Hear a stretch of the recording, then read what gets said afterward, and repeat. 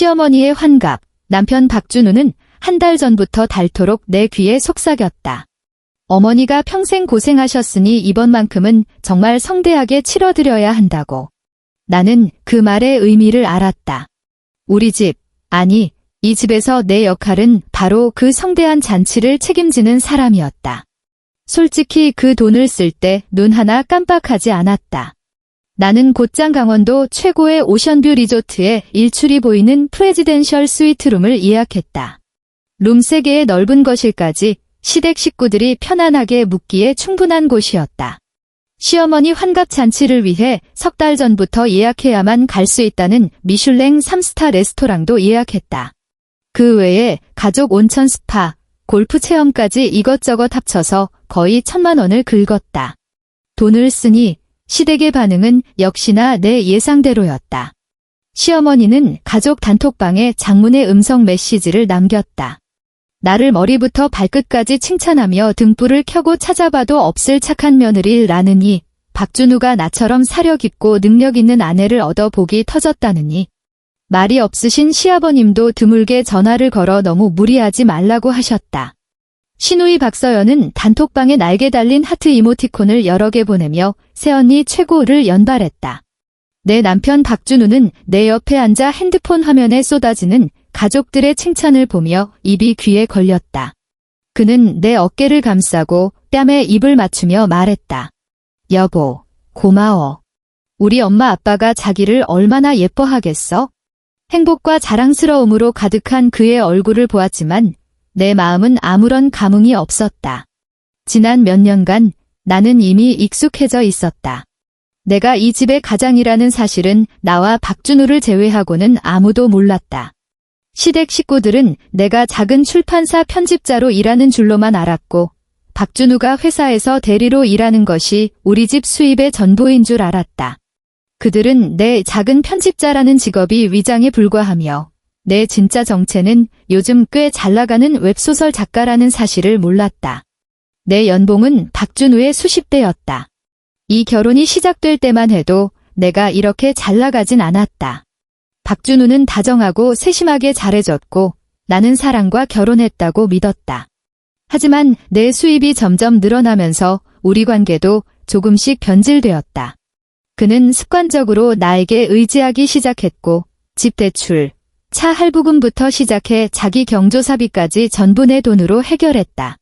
그리고 나는 이 그럴듯해 보이는 결혼 생활을 유지하기 위해 그의 가련한 남성적 자존심을 지켜주기 위해 내 실제 수입을 숨기고 현명하고 능력 있지만 친정은 평범해서 악착같이 돈을 아껴 쓰는 단의 역할을 묵묵히 해냈다.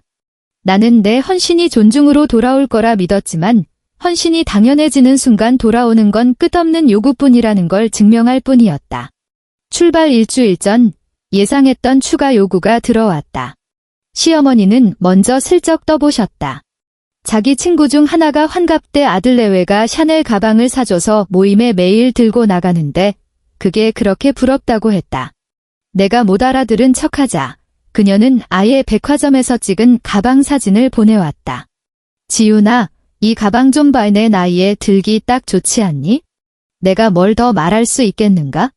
나는 네, 어머님. 정말 예쁘네요. 기억해 둘게요. 라고 답했다.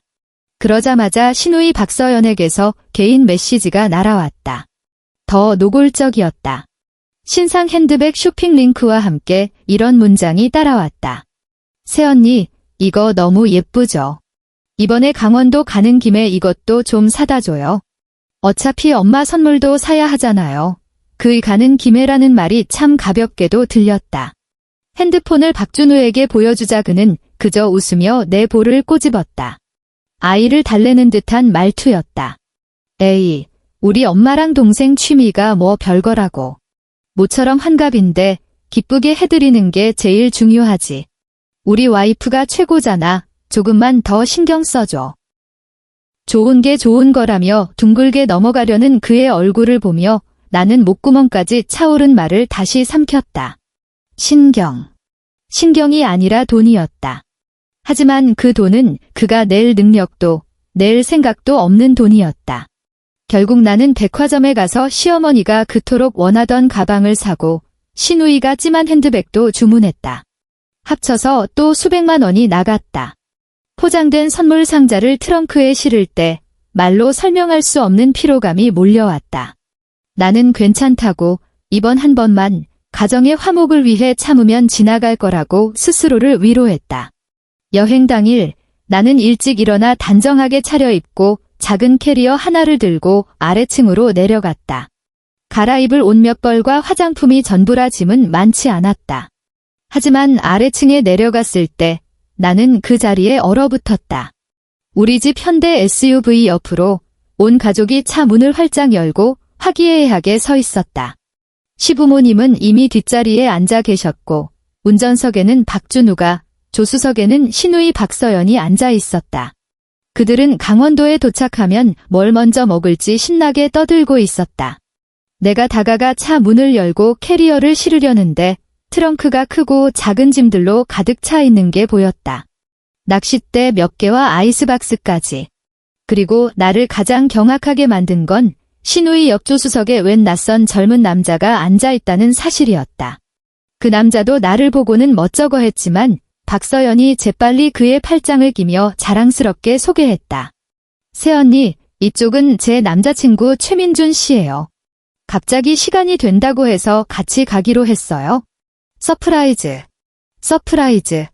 나는 5인승 차에 이미 5명이 꽉 차 있는 걸 봤다. 나까지 6명, 이게 대체 무슨 서프라이즈란 말인가? 차 안의 분위기가 순간 미묘해졌다. 아무도 말은 안 했지만 모두의 시선이 허공을 헤맸다. 침묵을 깬 건 역시 시어머니였다. 그녀는 차창을 내리고 머리를 내밀며 지극히 당연하다는 듯한 표정으로 말했다. 어머, 지훈아. 보다시피 서연이 남자친구가 갑자기 온다고 해서 자리가 없네. 그녀는 나를 위아래로 훑어보더니 당연하다는 투로 말했다. 넌 우리 늙은이들처럼 차 없으면 못 다니는 사람도 아니고 씩씩하잖니? 너 혼자 KTX 타고 강원도로 올래? 어차피 짐도 별로 없는데 편하겠네. 호텔에서 기다릴게. 응. 나는 그 자리에 서서 온몸에 피가 차갑게 식는 것을 느꼈다. 나는 정성껏 화장한 시어머니의 얼굴과 내가 사준 비싼 코트를 입고 있는 그녀의 모습을 바라봤다. 그리고 차 안을 다시 봤다. 시아버지는 창밖 풍경을 보는 척하고 있었고 신우이 박서연은 팔짱을 낀 채 감출 수 없는 득에와 경멸이 섞인 미소를 띠고 있었다. 그녀의 새 남자친구 최민주는 이런 상황을 예상 못했는지 안절부절 못하고 있었다. 마지막으로 내 시선은 남편, 박준우에게 향했다. 그는 시종일관 고개를 숙인 채 핸들을 꽉 쥐고 나와 눈도 마주치지 못했다. 나는 오랫동안 그를 기다렸다. 나를 위해 한마디라도 해주기를, 나를 감싸주는 신용이라도 해주기를. 하지만 결국 그는 고개를 들어 나를 힐끗 쳐다보더니 작은 목소리로 거의 애원하듯 말했다. 여보, 그냥 좀 참아주라. 기차 타면 금방이야. 우리가 먼저 가서 자리 잡아 놓을게. 당신은 도착해서 푹 쉬면 되잖아. 좀 참아줘. 또 그 말이었다. 나는 이 집을 위해 너무나 오랫동안 참고 또 참았다. 그들의 끝없는 요구를 들어주기 위해 나를 참았고 그의 우스꽝스러운 자존심을 지켜주기 위해 내 재능과 수입을 숨기며 나를 참았고 그들이 원하는 완벽한 며느리와 아내를 연기하기 위해 나를 참았다. 하지만 결국 내가 모든 돈을 내고 소위 가족을 위해 정성껏 준비한 여행에서 나는 앉을 자리 하나조차 없었다. 그들 눈에 나는 며칠 사귀지도 않았고 정식으로 소개받지도 않은 남보다도 못한 존재였다. 먼지를 일으키며 사라지는 차의 뒷모습을 보며 나는 울지도 그들이 예상했을 법한 소란을 피우지도 않았다. 나는 그저 그 자리에 서서 서늘한 새벽 공기 속에서 문득 웃음을 터뜨렸다. 가슴속 깊은 곳에서부터 차가운 해방감이 섞인 웃음이 터져나왔다. 그래. 이 여행에 내가 없다면 이 여행 자체가 있을 필요가 없지. 나는 핸드폰을 꺼냈다. 그들이 말한 강원도행 기차표를 알아보는 대신 화면을 위로 올려 며칠 전 연락했던 번호를 찾았다. 강원도 최고급 리조트의 예약 담당 매니저였다. 전화는 금방 연결되었다. 수화기 너머로 정중하고 예의 바른 목소리가 들려왔다. 안녕하십니까? 김지윤 고객님. 무엇을 도와드릴까요? 나는 텅 빈 도로 저편을 바라보며 심호흡을 한 뒤 나조차 낯설게 느껴지는 지극히 평온한 목소리로 말했다. 안녕하세요. 오늘 체크인 예정인 프레지덴셜 스위트룸 예약한 김지윤입니다. 네, 김지윤 고객님. 객실은 준비되었으며 언제든 환영합니다. 죄송하지만 나는 피식 웃으며 말했다. 모든 예약을 취소하고 싶어요. 전화기 너머에서 잠시 침묵이 흘렀다. 놀란 듯 했다. 모든 예약 말입니까?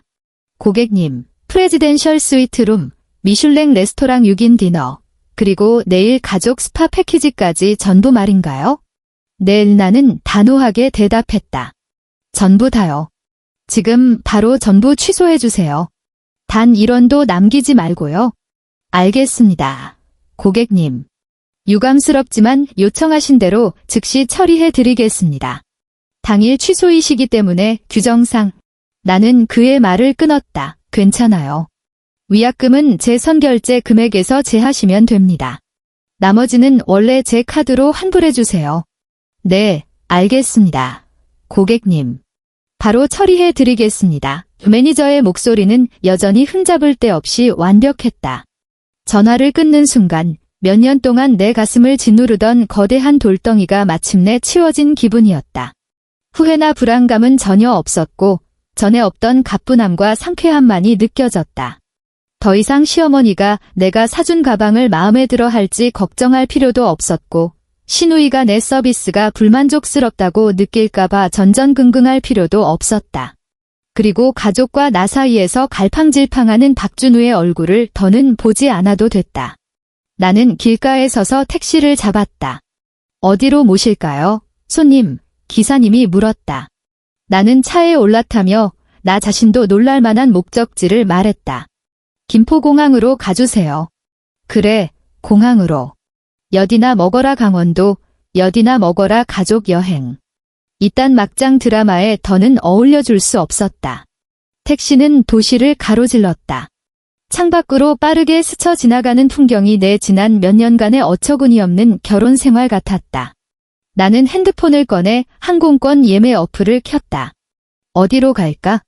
한 가지 생각이 뇌리를 스쳤다. 제주도. 내가 늘 가고 싶어 했지만 박준우가 돈이 너무 많이 든다. 나중에 가자고 해서 계속 미루기만 했던 곳. 이제 나는 누구의 의견도 물을 필요가 없었다. 나는 핸드폰으로 바로 1시간 뒤 출발하는 제주도행 퍼스트 클래스 항공권을 예매했다. 이어서 호텔 예약 어플을 켜고 눈 하나 깜빡하지 않고 제주 신라호텔에서 가장 호화로운 개인 수영장이 딸린 오션뷰 스위트룸을 예약했다. 그리고 섬에서 가장 유명한 흑돼지 식당의 봐좌석을 예약했다. 혼자 온 손님을 위해 특별히 마련된 셰프의 화려한 퍼포먼스를 가장 가까이서 볼 수 있는 자리였다. 이 모든 것을 마치자 택시가 마침 김포공항에 도착했다. 나는 택시비를 내고 작은 캐리어를 끌며 당당하게 공항 안으로 들어섰다. 가족이라는 짐을 벗어던지니 발걸음마저 가벼워졌다. 퍼스트 클래스 라운지에서 샴페인 한 잔을 따랐다. 차가운 탄산이 혀끝에서 터지며 살짝 취기가 오르는 자유를 느끼게 했다.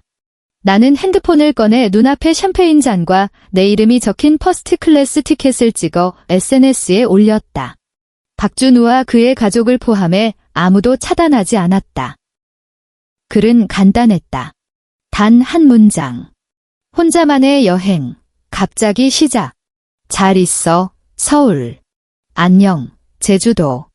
우리에겐 공통된 친구와 동료가 많았고 이 게시물은 금방 박준우의 핸드폰으로 전해질 것을 알았다. 나는 내가 원망에 찬 여자처럼 집에서 울고 있지 않다는 것을, 억울해하며 차가운 기차에 몸을 싣지도 않았다는 것을 그에게 똑똑히 보여주고 싶었다. 나는 그들이 내게 정해준 각본을 버리고 나만의 무대를 시작한 것이다. 그리고 그들, 신이 났던 그 가족은 지금쯤 강원도에 거의 도착했겠지. 해질녘, 저녁 노을이 강원도 바다를 황금비드로 물들였다. 박준우는 만족감에 찬 가족들을 태우고 천천히 최고급 리조트 정문으로 들어섰다. 오는 내내 시어머니는 저녁에 미슐랭 레스토랑에서 무슨 옷을 입을지 상상에 빠져 있었고 신우이와 그녀의 새 남자친구는 내일 골프를 칠지 스파를 할지 의논하고 있었다. 그들은 화려한 로비 입구에 차를 세웠고 도어맨이 즉시 다가와 문을 열어주고 짐을 내렸다. 박준우는 의기양양하게 프런트로 걸어가 신분증을 내밀며 약간의 우월감을 담아 말했다. 안녕하세요. 프레지덴셜 스위트룸 예약한 박 씨입니다. 직원이 컴퓨터로 조회를 하더니 고개를 들었다. 얼굴에는 직업적인 미소가 걸려 있었지만 눈빛에는 미안함이 서려 있었다.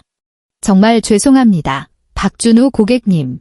프레지덴셜 스위트룸을 예약하신 김지윤 고객님께서 오늘 오후 3시경 모든 예약을 취소하셨습니다. 박준우의 얼굴에서 미소가 순식간에 굳었다. 뭐라고요? 취소요. 그럴 리가. 다시 확인해봐요. 뭔가 착오가 있겠죠? 착오 없습니다. 고객님 직원은 차분하게 설명했다. 김지윤 고객님과 직접 통화하여 본인이 취소하신 걸로 확인했습니다. 객실, 레스토랑, 스파까지 모두 취소 처리되었습니다. 뒤따라오던 시어머니가 그 말을 듣자마자 달려들어 목소리를 높였다. 취소. 어떻게 취소를 해? 당신네 호텔에서 실수한 거 아니야? 우리 며느리가 벌써 돈 다 냈는데. 네, 사모님. 하지만 예약자 본인은 예약을 취소할 권리가 있습니다. 관련 환불 절차는 이미 처리되었습니다. 박준우의 얼굴이 불그락푸르락해졌다. 내가 한 짓이라는 걸 짐작은 했지만 온 가족 앞에서 체면을 구길 수 없어 그는 애써 자기 신용카드를 꺼내며 말했다. 그럼 지금 남는 방 있나요? 프레지덴셜 스위트룸 없으면 일반 스위트룸이라도 3개 주세요.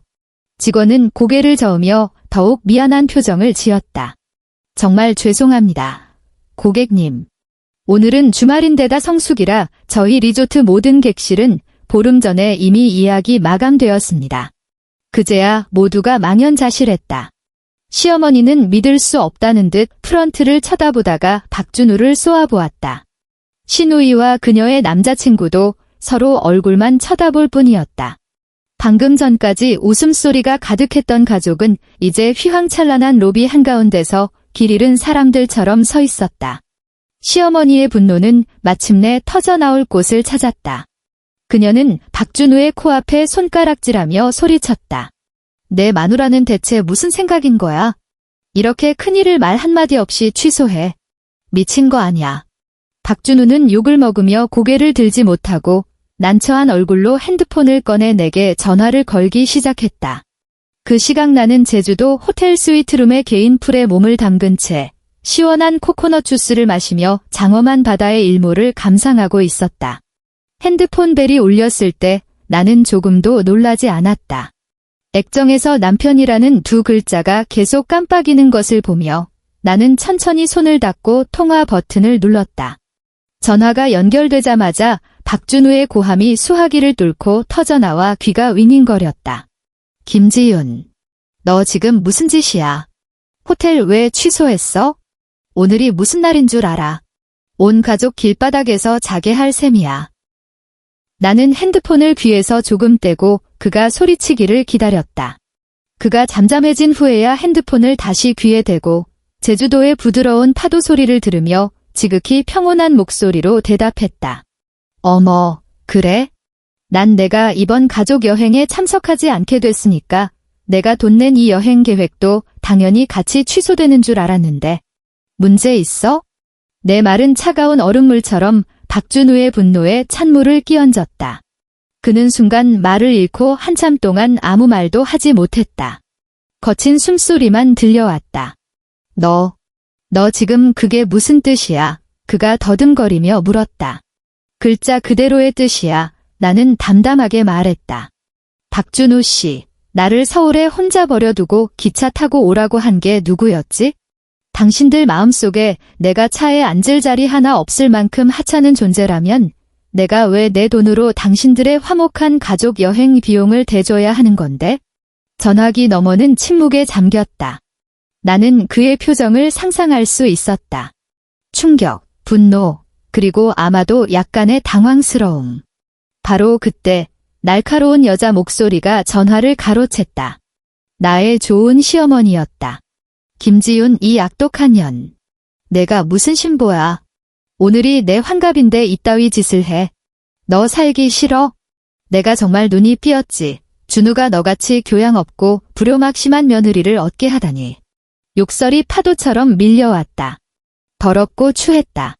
예전 같았으면 울거나 변명하거나 해명하려고 애썼을 것이다. 하지만 지금은 그저 우스울 뿐이었다. 나는 그녀와 싸우지 않고 그녀가 욕을 하느라 지쳐 숨을 고르는 틈을 타 조용히 한마디 했다. 어머님, 한 가지 착각하고 계신 것 같네요. 뭐? 아침에 저더러 혼자 기차 타고 강원도에 오라고 하셨을 때 저는 이미 어머님 가족이 아니었어요. 내 목소리는 작았지만 한 글자 한 글자가 모처럼 박혔다. 그러니 시어머니라는 이름으로 저를 가르치려 들지 마세요. 환갑 축하드립니다. 말을 마치고 그녀가 어떤 반응을 보이기도 전에 나는 바로 전화를 끊었다. 그리고 연락처를 열어 박준우, 시어머니, 시아버지, 시누이, 그들 가족의 전화번호와 SNS 계정을 하나하나 전부 차단했다. 세상이 조용해졌다. 나는 핸드폰을 내려놓고 계속해서 바다 경치를 감상했다. 폭풍이 이제 막 시작되었다는 것을 알았지만 그게 뭐 어때서? 그들의 지금 이 꼴이 바로 내가 받아야 할 보상이었다. 그리고 내 예상이 맞았다. 그들의 재앙은 이제 막 서막을 열었을 뿐이었다. 강원도는 성수기인데다 주말이라 최고급 리조트는커녕 일반 호텔, 모텔, 심지어 펜션까지 만실 팻말을 내걸고 있었다. 박준우는 불만에 가득 찬 가족들을 태우고 낯선 도시에서 머리 없는 파리처럼 몇 시간을 헤맸지만 돌아오는 대답은 모두 방이 없다는 말뿐이었다. 날은 점점 어두워지고 기온도 떨어졌다. 차 안의 분위기는 숨막힐 정도로 가라앉았다. 시어머니의 생일잔치는 물거품이 되었고 지금은 침울한 얼굴로 한숨만 쉬고 있었다. 시아버지는 말없이 담배만 뻐끔뻐끔 피워댔다. 시누이 박서연은 남자친구 최민준에게 뭔가를 계속 설명하느라 얼굴이 불그락푸르락했다.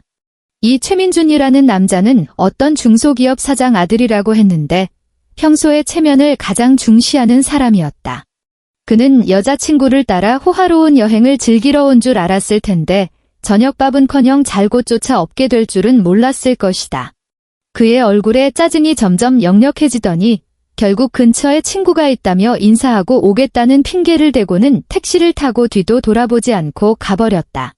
박서연 혼자 그 자리에 멍하니 남겨졌다.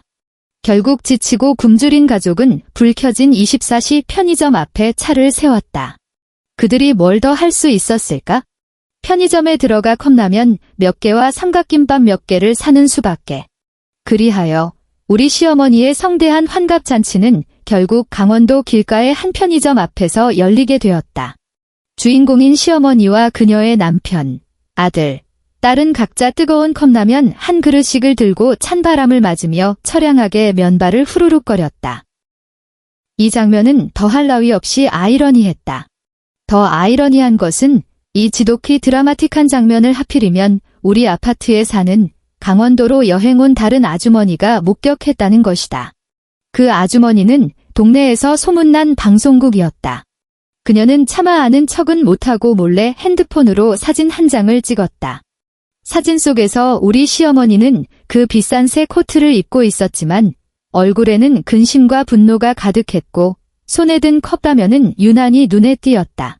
그날 밤 박준우는 밤새 차를 몰아 초라하게 서울로 돌아왔다. 그는 잔뜩 쌓인 화를 풀기 위해 집에 와서 나와 단단히 따질 작정이었다. 나를 어떻게 추궁하고 어떻게 훈계할지 수많은 말을 생각해 놨을 것이다. 하지만 그가 열쇠로 집 문을 열었을 때 그는 완전히 얼어붙었다. 원래 따뜻하고 깔끔했던 집은 텅 비고 썰렁했다. 거실에 내가 가장 좋아하던 소파 커버는 원래의 낡은 것으로 바뀌어 있었고 내가 산 카페트, 장식 그림, 디퓨저, 내 흔적이 묻은 모든 것들이 사라져 있었다. 그는 침실로 달려가 옷장을 열었다. 내 목이었던 절반이 텅 비어 있었다. 화장대 위에 있던 내 수많은 스킨케어와 화장품들도 흔적도 없이 사라졌다. 나는 마치 바람처럼 왔다가 다시 떠나버렸다. 방 안 가득 공허함과 차가움만 남긴 채 집 계약금은 내가 냈고 매달 대출금도 내가 갚고 있었으며 집안의 모든 가전가구도 내가 들여놓은 것들이었다. 이제 나는 단지 내게 속한 것들을 가져갔을 뿐이다. 박준우는 텅 빈 집안을 한 바퀴 돌다가 거실 탁자 위에서 서류 한 뭉치를 발견했다. 그것은 이혼 합의서였다. 맨 끝에는 내 서명이 선명하고 단호하게 적혀 있었다. 그는 그 서류를 집어들었다. 손이 덜덜 떨렸다. 바로 그때 그의 핸드폰이 울렸다. 모르는 번호였다. 그가 전화를 받자 차분하고 무게 있는 남자 목소리가 들려왔다. 안녕하십니까? 박준우 씨 되십니까? 저는 김지훈 씨의 대리인 김 변호사입니다. 아마 탁자 위의 이혼 합의서는 보셨을 거라 생각합니다. 박준우의 머릿속이 하얘졌다. 변호사, 이혼. 김지훈이 대체 무슨 속셈이야? 김 변호사의 목소리에는 자신과 무관한 사실을 진술하는 것처럼 아무런 감정의 동요가 없었다. 제 의뢰인 김지훈 씨는 이미 법원에 정식으로 이혼 소송을 제기했습니다. 더불어 재산 분할 문제에 대해 알려드릴 것이 있습니다. 이 서울 소재 아파트는 계약금 총 2억 원을 모두 김지훈 씨의 혼전 재산으로 지불했습니다. 결혼 후 지금까지 3년간의 대출금 총 5,400만 원 또한 모두 김지훈 씨 개인 은행 계좌에서 이체되었습니다. 집안의 모든 가전, 가구, 그리고 현재 박준우 씨 명의로 된 현대 SUV 차량 역시 모든 구매 영수증과 자금 출처가 명확하게 김지훈 씨가 단독으로 지불했음을 보여주고 있습니다. 김 변호사는 잠시 말을 멈췄다가 마지막 결정타를 날렸다. 대한민국 법률 및 두 분이 서명하신 혼전 재산 계약서에 따라 위 모든 재산은 김지훈 씨의 개인 재산에 속합니다. 그러므로 3일 이내에 이 아파트에서 퇴거해 주시기 바랍니다. 그렇지 않을 경우 법적 조치를 취할 것입니다. 박준우는 마치 벼락을 맞은 듯 했다. 그는 중얼거렸다. 혼전 재산 계약서. 그녀가 어디서 그런 큰 돈이? 그냥 작은 출판사 편집자 아니었어. 전화기 너머에 김 변호사가 피식 웃는 듯 했다. 박준우 씨, 아내분에 대해 잘 모르셨던 것 같군요. 김지훈 씨는 필명 지훈으로 최근 3년간 화이트 나이트 플랫폼에서 가장 인기 있는 익명의 웹소설 작가 중 한 명입니다. 그녀의 연수입은 아마 박준우 씨 연봉의 30배 정도 될 겁니다. 당신은 당신에게 의지해야만 하는 평범한 직장인과 결혼했다고 생각했겠지만 실제로는 지금까지 줄곧 당신과 당신의 가족이 제 의뢰인에게 의지해서 살아온 겁니다. 박준우의 손에서 핸드폰이 미끄러져 바닥에 떨어지며 날카로운 소리를 냈다. 그는 그제야 깨달았다. 그가 친정은 평범하고 돈 아낄 줄만 안다고 생각했던 아내, 그가 당연하게 부려먹고 그의 가족이 함부로 무시했던 여자가 대체 어떤 존재였는지를. 그가 누리던 안정된 생활, 그가 자랑스러워하던 번듯한 직장, 그가 믿었던 화목한 가정, 그 모든 것이 그가 단 한 번도 제대로 알려고 하지 않았던 한 여자의 인내와 헌신 위에 세워져 있었다는 것을. 그리고 이제 그 여자는 더 이상 헌신하지 않기로 결정했다. 내가 이혼을 요구하자 박준우의 집은 완전히 뒤집어졌다. 박준우는 처음에는 나를 붙잡으려 애썼다. 수없이 전화를 걸고 분노의 질책에서부터 후회의 참회, 애틋한 추억팔이까지 온갖 메시지를 보냈다. 나는 하나도 보지도 답하지도 않았다. 그는 나를 찾을 수 없자 매일 우리 부모님 집 앞에 찾아와 진을 쳤지만 나는 이미 부모님을 조용한 곳으로 모셔 요양하게 해드린 뒤였다. 그는 그림자도 볼 수 없었다. 붙잡을 희망이 없다는 것을 깨닫자 박씨 집안의 본색이 완전히 드러났다. 그들은 변호사를 선임해 법정 다툼을 시작했고 내 재산을 분할해달라고 요구했다. 그들의 이유는 내가 웹소설 작가로서 벌어들인 수입이 혼인 후 부부 공동 재산에 해당하므로 절반을 가져갈 권리가 있다는 것이었다. 법정에서 시어머니는 눈물 콧물을 쏟으며 내가 얼마나 그네도 모르는 년인지 통곡했다. 자신들이 힘들게 아들을 키워놨더니 내가 가장 힘들 때 그를 버리고 재산까지 전부 빼앗아 가려 한다고 소리쳤다. 박준우는 초췌한 얼굴로 그 자리에 앉아 어머니의 연기를 묵인했다. 그들의 모습은 참으로 우습고도 비참했다. 내 변호인단은 서울에서 최고였다. 김 변호사는 그저 냉정하게 두 가지 핵심 증거를 판사에게 제출했다. 첫 번째는 나와 박준우가 결혼 전에 서명한 혼전 재산 계약서였다. 거기에는 내 혼전 재산 전부와 혼인 후 내 개인의 지적 재산권, 소설 저작권, 원고료, 2차 판권 수익 등을 포함하되 이에 국한되지 않음으로 발생하는 모든 수입은 내 개인 소유에 속하며 부부 공동 재산으로 분할하지 않는다고 명확히 기재되어 있었다. 계약서 말미에는 나와 박준우의 친필 서명과 지장이 찍혀 있었다. 그 계약서에 서명할 때만 해도 박준우는 내가 너무 유난 떤다며 이렇게 사랑하는데 어떻게 내 것을 나누냐고 웃었었다. 지금 와서 보니 그때의 그 유난이 나 자신을 구한 셈이었다. 두 번째 증거는 두꺼운 장부와도 같았다. 지난 몇 년간 내가 박씨 집안을 위해 지불한 모든 비용의 은행 거래 내역이었다. 시어머니께 사드린 명품 가방, 시누이의 학비와 용돈, 시아버지께 바꿔드린 낚싯대, 온 가족의 보험료, 심지어 박준우가 회사에서 접대하며 선물 돌린 돈까지 모든 내역이 하나하나 명확하게 기록되어 있었다. 그 금액이 너무 커서 방청석에서도 탄성이 터져나왔다.